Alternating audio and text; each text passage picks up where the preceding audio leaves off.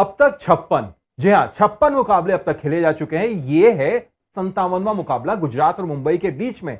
लेकिन अब तक प्लेऑफ में आधिकारिक तौर पर कौन गया है इस पर पुष्टि नहीं, कौन बाहर हुआ है इस पर भी पुष्टि नहीं। यह दिखाता है कि मंजिल की तरफ बढ़ती हुई टीमों के बीच में किस तरीके से ट्रैफिक जैम लगा हुआ है, और क्या यह ट्रैफिक जैम इस मुकाबले की जीत हार से खत्म हो सकता है, कैसे और कौन वो टीम हो सकती है, करेंगे इसी पर बात। हमारे साथ मौजूद है दीप दासगुप्ता।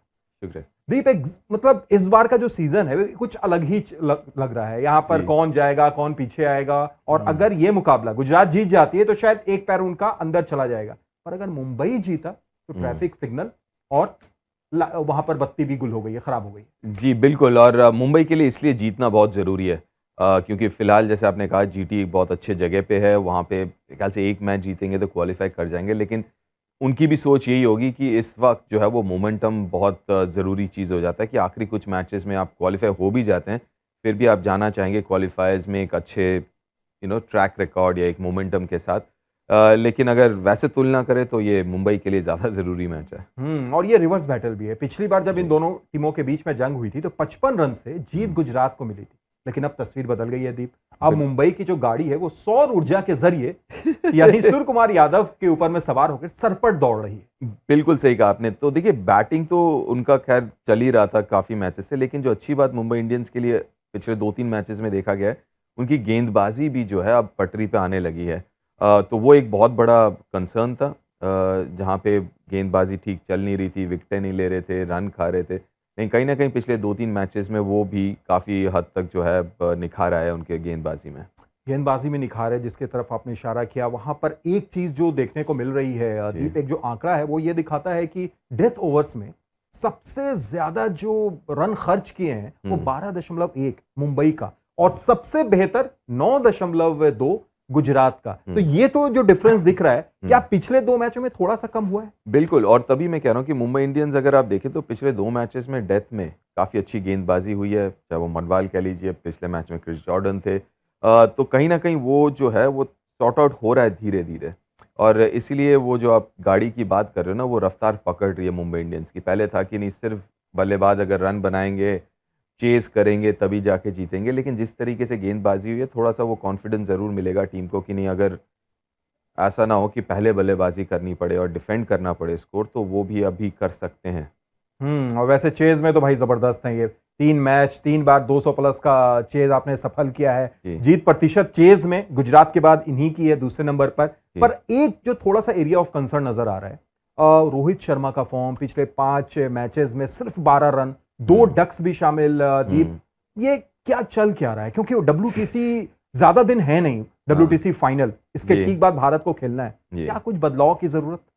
बदलाव इन द सेंस थोड़ा सा अप्रोच में। अब देखिए मुंबई इंडियंस अगर एक तरफ मुश्किल ये है कि उनका जो अभी तक कारगर साबित हुआ है कि उनका बैटिंग जो टेम्पलेट रहा है कि भैया पहले बॉल से आप शॉट लगा रहे हैं, रन बना रहे हैं, तो उसका एक फ़ायदा ज़रूर मुंबई इंडियंस को मिला है। दूसरी तरफ अगर मैं सिर्फ रोहित की बात करूं तो रोहित का कि आप अगर हिस्टोरिकली उनका एक टेम्पलेट देख ले वाइट बॉल क्रिकेट में, ये होता था कि भैया शुरुआत आराम से करो, फिर धीरे धीरे आपका रन रेट और स्ट्राइक रेट बढ़ता जाता है आगे। लेकिन ये अप्रोच अगर वो अपनाते हैं तो शायद जो टीम अप्रोच है वो थोड़ा सा अलग, तो वहाँ पे एक क्लैश है। लेकिन फिर भी मैं चाहूँगा रोहित के लिए, और जैसा आपने कहा WTC फाइनल से आगे थोड़े से रन अगर बनते हैं तो वो अच्छा रहता है। इवन दो फॉर्मेट अलग है, बॉल का कलर वगैरह सब अलग है, कंडीशंस अलग होंगे, लेकिन कहीं न कहीं रन मतलब रन होते हैं, वो उसका कॉन्फिडेंस अलग ही होता है। तो मैं वही चाहूँगा रोहित से कि आप थोड़ा-सा वक़्त लें, क्योंकि अगर आप देखें पिछले 4-5 मैचेज़ में रोहित जैसे आउट हुए हैं, वैसे अमूमन आउट नहीं होते हैं। शुरुआत में जो शॉट्स खेलते हुए आउट हुए हैं। तो कहीं न कहीं वही मेरी उम्मीद होगी। लेकिन अब देखिए रोहित है तो one of the modern day greats, इसमें कोई दो राय नहीं है। तो ऐसा नहीं है कि वो आउट ऑफ फॉर्म है, ये है कि थोड़ा-सा स्ट्रैटेजिकली थोड़ा-सा अगर चेंज करेंगे, टैक्टिकली थोड़ा-सा चेंज करेंगे तो शायद बेहतर हो। रोहित के लिए जरूरी भी है WTC फाइनल से पहले। और एक चीज मुंबई के लिए एक अच्छी चीज ये भी है दीप, की कुछ दिनों पहले हम लोग बात कर रहे थे लगातार कि भाई मुंबई का भविष्य का युवा खिलाड़ी मिल गया तिलक वर्मा, लेकिन देख लीजिए अब तिलक वर्मा तो है ही, एक और खिलाड़ी आ चुका है, निहाल वढेरा। पिछले 3 मैच में 40 प्लस का स्कोर लगातार और बैक टू बैक 50s। बिल्कुल, और ये दाद देनी पड़ेगी मुंबई इंडियंस और उनके जो बैक रूम स्टाफ है, जिस तरीके से युवा खिलाड़ी प्रोड्यूस करते हुए आए हैं पहले साल से। अगर पहले की तरफ हम रुख करें तो वहाँ पे आपको बुमराह का नाम मिलेगा, वहाँ पे आपको पंड्या ब्रदर्स के नाम मिलेंगे। तो ये एक उनका वो डीएनए जैसे कहते हैं उसमें शामिल हो गया है। तो इस साल भी अगर आप देखें, जैसे आपने कहा तिलक वर्मा पिछले साल से अच्छा खेल रहे हैं, इस साल नेहल आ गए हैं और वहाँ पे 2 साउथ अफ्रीकन भी युवा, खासकर ब्रेविस बहुत, मुझे तो बहुत पसंद है, लेकिन खैर मौका नहीं मिल रहा। टिम डेविड भी यंग हैं। गेंदबाजी में मधवाल जिस तरीके से गेंदबाजी कर रहे हैं डेथ में, वो भी काबिल तारीफ़। साथ में कार्तिकेय ने बहुत अच्छी गेंदबाजी की। सो वो उनके डीएनए में है कि नए टैलेंट ढूँढ निकालना और उनको ग्रूम करना। तो इसलिए देखिए, ऑलरेडी मुंबई इंडियंस पिछले साल से इस साल बहुत अंतर है, बहुत फ़र्क है परफॉर्मेंसेस में, राइट? और वो इसीलिए हो पाए क्योंकि उनके जो यंग टैलेंट है वो थोड़े से शायद ज़्यादा यंग और इमैच्योर थे पिछले साल, लेकिन इस साल देखिए 1 साल में मैच्योरिटी कितना आ गया उनके खेल में। मैच्योरिटी की अगर बात करें तो टेबल टॉपर्स की तरफ हम अब रुख करेंगे, गुजरात की तरफ। क्या खेल रही है टीम? पहले गेंदबाजी की बात कर लेते हैं। नई चलिए। गेंद से मोहम्मद शमी कमाल के लय में 19 विकेट हासिल कर चुके हैं। WTC फाइनल नजदीक है, भारत के लिए भी अच्छी खबर। मिडिल ओवर्स में आप आए तो वहां पर अफगानी जलेबी आ जाती है। राशिद खान, नूर अहमद। डेथ ओवर्स में अगर आप आ जाइए तो वहां भाई मोहित शर्मा वर्जन 2.0। बिल्कुल। और ये एक ऐसी टीम लग रही है शायद सीएसके के साथ, जहाँ पे, और खासकर सीएसके से ऊपर ही कहूँगा, जहाँ पे देख के लग रहा है कि कोई वैसे खामी है नहीं इस टीम में। आपने जैसे कहा कि स्पिन उठा लें, death overs, first six, middle order, openers, तो सब कुछ क्लिक हो रहा है और यही कहानी रही है पिछले साल से।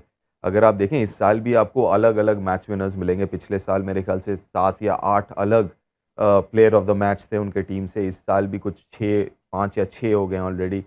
तो ये तो खासियत है गुजरात की, जिस तरीके से हर एक इंडिविजुअल परफॉर्म कर रहा है और सबका कंट्रीब्यूशन रहता है। किसी दिन किसी का ज़्यादा होता है, किसी का कम, लेकिन कंट्रीब्यूशन सबसे आ रहा है। और यही चीज बैटिंग में भी दिख रही है। अगर आप शुरू से देखें तो शुभमन गिल साहा टिक लगा दीजिए ओपनिंग जी। पार्टनरशिप पे। आप आ जाइए फिनिशर के तौर पर, तेवतिया और मिलर जिस अंदाज में खेल रहे हैं वहां पर भी टिक लगाइए। हार्दिक पांड्या लाजवाब, पिछले 5 मैच में अच्छा खेल रहे हैं। और क्या इस मुकाबले में दीप थोड़ा सा वो दिखाने की भी कोशिश करेंगे कि भाई आपके साथ जब मैं खेलता था मुंबई के लिए तो आप मुझे फिनिशर के तौर पर इस्तेमाल करते थे, तो यहाँ देखिए मैं टॉप ऑर्डर बैटर हूं और क्या जबरदस्त खेल रहा हूं। देखिए, मुझे नहीं लगता कि कुछ उनको प्रूव करने की ज़रूरत है और वो सोच भी होगी उनकी। उनकी सोच यही होगी कि आप कैसे मुंबई को हराएं और कैसे। देखिए, 2 अलग-अलग टीमें अलग अपने फेजेस में हैं। एक मुंबई इंडियंस जो एक लेगेसी बना चुकी है और एक गुजरात है जो बना रही है अपनी लेगेसी। तो वो ज़रूर चाहेगी गुजरात टाइटंस कि आप मुंबई को हराएं, आप टॉप टीम्स को हराएं और ऊपर जाएं। तो वहाँ पे मुझे नहीं लगता कि ये दिमाग में होगा प्रूव करना कि भैया आपने मुझे जाने दिया और मैं कहीं दूसरे जगह पे जाके अलग खेल रहा हूँ। मुझे नहीं लगता। और जैसा जितना मैं हार्दिक को जानता हूँ, उनके दिमाग में शायद ये होगा भी नहीं, ये सब प्रूव करने वाली चीज़ है, बिकॉज इतने साल से खेल रहे हैं। Is got nothing to prove. बेशक। चलिए आखिर में चलते चलते एक वही प्रेडिक्शन और इंपॉर्टेंट सवाल कि अगर गुजरात जीतती है तो वो जो ट्रैफिक सिग्नल वहां पर है एक गाड़ी आगे बढ़ जाएगी या जी। फिर मुंबई हारकर उस ट्रैफिक सिग्नल को तो- खराब कर देगी? तो ये ऐसा है कि जो बाकी टीम्स है ना, वो यही चाहिए कि गुजरात टाइटंस जीतती रहे, कि जीटी के सारे मैचेस जो हो वो जीत के वो एकदम अलग निकल जाए और जो ट्रैफिक जैम है वो फिर और ज़्यादा टाइट होता रहे। ये सोच होगी बाकी सभी टीम की। आपका क्या मुंबई, प्रेडिक्शन है? मेरा प्रेडिक्शन ये है सर कि थोड़ा सा टॉस इंपॉर्टेंट होगा, क्योंकि जो वो कॉन्फिडेंस है रन चेस का, खासकर एमआई की अगर हम बात करें, क्योंकि बॉलिंग देखिए बैटिंग दोनों का लगभग सेम है जिस तरीके से चल रहा है। फ़र्क होगा तो वो गेंदबाजी में होगा, जहाँ पे जीटी ऑब्वियसली अगर ऑन पेपर देखे, परफॉर्मेंस देखे तो आगे है। तो कहीं ना कहीं वो टॉस जो है वो वाइटल हो जाएगा, ऐसा मेरा मानना। और वैसे भी वानखेड़े के जो मैदान है वो चेजिंग मैदान में से एक है, टॉप चेजिंग मैदान में से एक है। तो वो वैसे भी थोड़ा सा इंपॉर्टेंट हो ही सकता है टॉस, तो उस पर नजरें होंगी। टॉस पर नजर होगी, यानी येलो लाइट है। टॉस के बाद डिसाइड होगा कि वो ग्रीन की तरफ जाती है या फिर रेड की तरफ जाती है, ट्रैफिक और बढ़ जाता है। बहुत बहुत शुक्रिया दीप जुड़ने के लिए और तमाम बातचीत करने के लिए। तो आप देख रहे थे ESPN Cricinfo T20 time out Hindi.